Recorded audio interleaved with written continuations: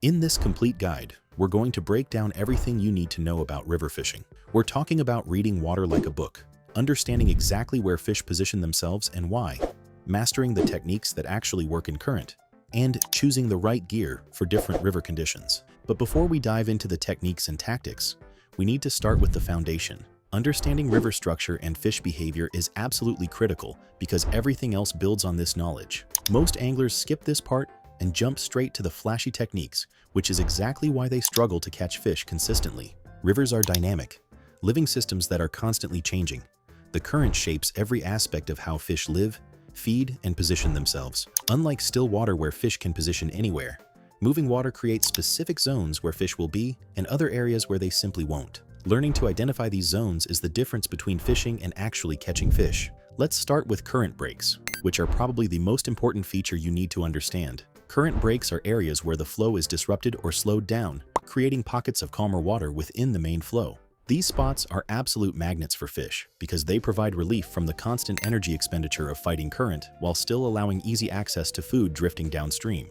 Boulder fields create some of the most obvious current breaks. When water hits a large rock, it deflects around both sides and creates a pocket of slower water immediately downstream.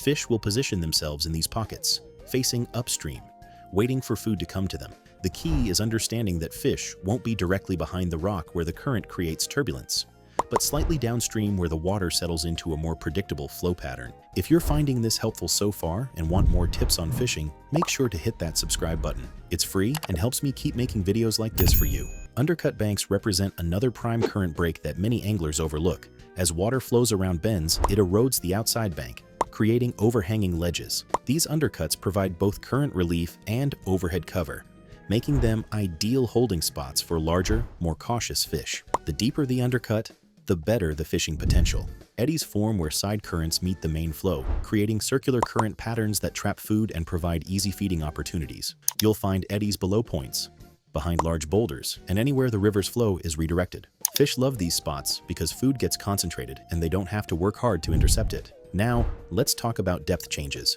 which create another category of prime fishing spots. Drop-offs, whether they're gradual or sudden, concentrate fish because they provide different feeding zones at different depths. The transition zone where shallow water drops into deeper water is particularly productive because it offers fish options. They can move shallow to feed aggressively or drop deep when they feel pressured. Pools are the deep, slow-moving sections of river that often hold the largest fish. These areas provide refuge during high water, comfortable temperatures during extreme weather, and staging areas during spawning seasons. The head of a pool, where faster water enters and slows down, is typically the most productive area because it concentrates drifting food. Riffles might look too shallow and fast to hold fish, but they're actually incredibly important feeding areas. The turbulent water in riffles oxygenates the water and dislodges aquatic insects, creating feeding opportunities. Fish will often move into riffles to feed, especially during low light conditions when they feel more secure in the shallow water. Understanding seasonal fish behavior adds another layer to successful river fishing.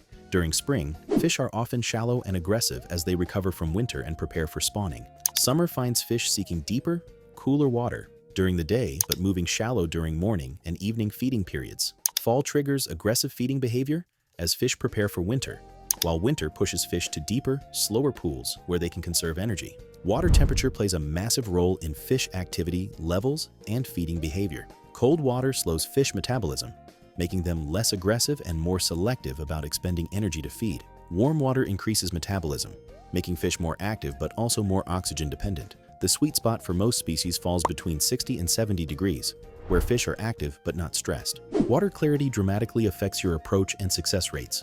In clear water, fish can see your line, your lure, and you from much greater distances. This makes them spookier and more selective about what they'll eat. You'll need to use lighter line, more natural presentations, and stay farther back from the water's edge. Polarized sunglasses become absolutely essential because they let you spot fish before they spot you. Murky water flips the script completely. Fish rely much more heavily on vibration, scent, and sound to locate food. This is when noisy lures, bright colors, and aggressive presentations really shine. You can get much closer to the fish, use heavier line, and don't need to worry as much about perfect presentations. Reading water flow patterns separates successful river anglers from those who just cast and hope.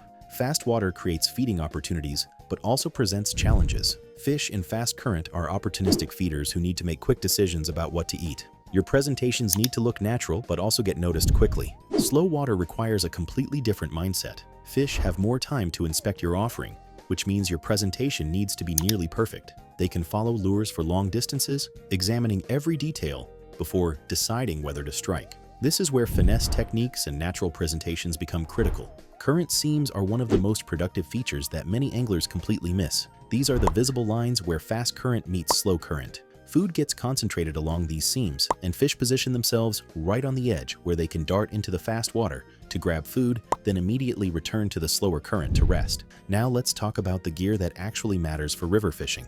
Your rod selection needs to match the specific conditions you're facing. For small streams with limited casting room, shorter rods in the 6 to 7 foot range give you better control and accuracy. Larger rivers with long casts and big fish require longer rods that provide leverage and casting distance. Rod action becomes critical when fighting fish in current. Fast action rods load quickly and provide excellent hook setting power, but they can be unforgiving with light line. Moderate action rods are more forgiving and better for playing fish in current, but they might not provide enough backbone for heavy cover situations. Real selection depends on your target species and the specific challenges of your river. High gear ratios help you keep up with fish that run downstream, while lower gear ratios provide more cranking power for bringing fish up from deep water or fighting them in heavy current. Line choice can make or break your river fishing success. Monofilament stretches, which can be good for shock absorption when fighting fish, but bad for hook sets in current. Fluorocarbon is nearly invisible underwater and sinks, making it excellent for clear water situations. Braided line has no stretch, providing excellent sensitivity and hook setting power, but it's highly visible and can be problematic around rocks. Leader material becomes especially important in rivers where fish are feeding actively and making quick decisions. A heavy, visible leader can spook fish in clear water, while a leader that's too light might break on rocks or structure. The key is finding the lightest leader you can get away with for the conditions you're facing. Bait and lure selection needs to match what fish are actually eating in the river system you're fishing. Live bait like worms, minnows, and insects are always productive because they represent natural food sources. The key is presenting them naturally in the current so they look like they belong there. Artificial lures need to trigger strikes from fish that are making split-second feeding decisions. Spoons and spinners create flash and vibration that get noticed quickly in moving water. Jigs can be bounced along the bottom to imitate bottom-dwelling prey. Soft plastics offer versatility and natural action but require more finesse to fish effectively.